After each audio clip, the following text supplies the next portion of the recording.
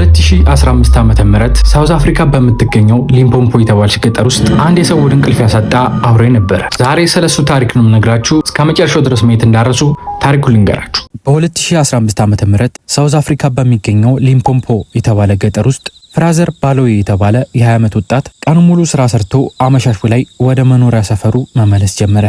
መንገዱ ከወትሮ ለየት ያለ ጭርታ ሰፍኗል። ባለፉት 10 ቀናት የሰፈሩ ሰዎች ምንነቱ ባልታወቀ ጭራቅ ጉዳት እየደረሰባቸው ነበር። ፍራዘርም እሱን ሰምቶ ስለነበረ ሰፈሩ ለምን ጭር እንዳለ ገብቶታል። ለቤቱ የሚቀርበውን አቋራጭ መንገድ ይዞ ወደ ጫካው እየገባ እንዳለ ራቅ ብሎ የሚታይ ተራራው አካባቢ ያሉ ዛፎች በእሳት ተያይዘው የእሳቱ ብርሃን ከሩቅ ደምቆ ይታያል። እሳቱ ለቀናት ሳይጠፋ እዛው ቦታ ላይ ቆይቷል። ፍራዘር እሱን ካየ በኋላ ወደ አቋራጩ መንገድ ገብቶ ጉዞውን ጀመረ። በዚህ መሃል ወፈር ባለ ድምፅ ዝቅ ያለ የሚያጓራ ነገር ከጀርባው ይሰማል። ዞር ብሎ ወደ ኋላው ሲመለከት ምንም ነገር የለም። ወደሚሄድበት አቅጣጫ ዞር ብሎ መራመድ ሲጀምር ግን ከጀርባው ትልቅ ነገር ዘሎ መሬት ላይ ሲያርፍ ተሰማው። ፍራዘር በድንጋጤ እየፈጠነ መሮጥ ይጀምራል። ከጀርባው ያለውም ነገር እያጓራ ይከተለው ጀመር። ፍራዘር እንደምንም ብሎ ሮጦ የቤቱ በረጋ ሲደርስ አውሬው ዘሎ የፍራዘርን ጀርባ ነክሶ መሬት ላይ ገፍቶ ጣለው። ፍራዘር ወደ አውሬው እንደምንም ብሎ ዞሮ ራሱን ለመከላከል እየሞከረ እርዱኝ እርዱኝ እያለ ጮኸ። የሰፈሩ ሰዎችና እናቱ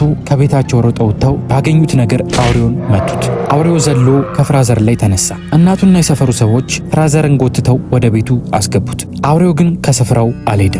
የጫካው መግቢያ ጋር ቆሞ የሚያደርጉትን ነገር እያየ ነው። አውሬው የውሻ ቅርጽ ቢኖረውም ውሻ ግን አልነበረም። ሳውዝ አፍሪካ ውስጥ ጅቦችና ቀበሮች ቢኖሩም ይሄኛው አውሬ ግን ከየትኛውም የዱር እንስሳዎች ጋር አይመሳሰልም። በጣም የጠቆሩ ቆዳዎችና ግዙፍ ሰውነት ነበረው። የፍራዘር እናት ወደ ፖሊሶች ጋር ደውላ እንዲመጡ የተፈጠረውን ነገሮች ነገረቻቸው። እነሱ ግን ለአንድ ተራ ውሻ ብለው እንደማይመጡ ተናግረው ስልኩን ዘጉት። እናትየው አውሬው እስኪሄድ ድረስ የፍራዘር ቁስሎችን ጠራርጋ ልክ አውሬው ሲሄድ ወደ ሆስፒታል ልትወስደው አሰበች። አውሬው ግን ሳይሄድ ሌሊቱን ሙሉ ቆሞ ሊነጋጋ ሲል ሄደ። ፍራዘርንም አውሬው ከሄደ በኋላ ወደ ሆስፒታል ይዘውት ሄዱ። ፍራዘር በአውሬው የመጨረሻ ተጠቂ ነበረ። የስፍራው አባቶች ተሰባስበው ተራራው አካባቢ ሄደው ለቀናት ሲጸልዩ እንደነበርና አምላካቸው ይቅር እንዳላቸው አውሬው ከዚህ በኋላ እንደማይመጣ ለሰፈሩ ሰዎች ነገሯቸው። አውሬውም በሚያስገርም ሁኔታ ከዛን ጊዜ በኋላ ሰው ጎድቶም ታይቶም አይታወቅም።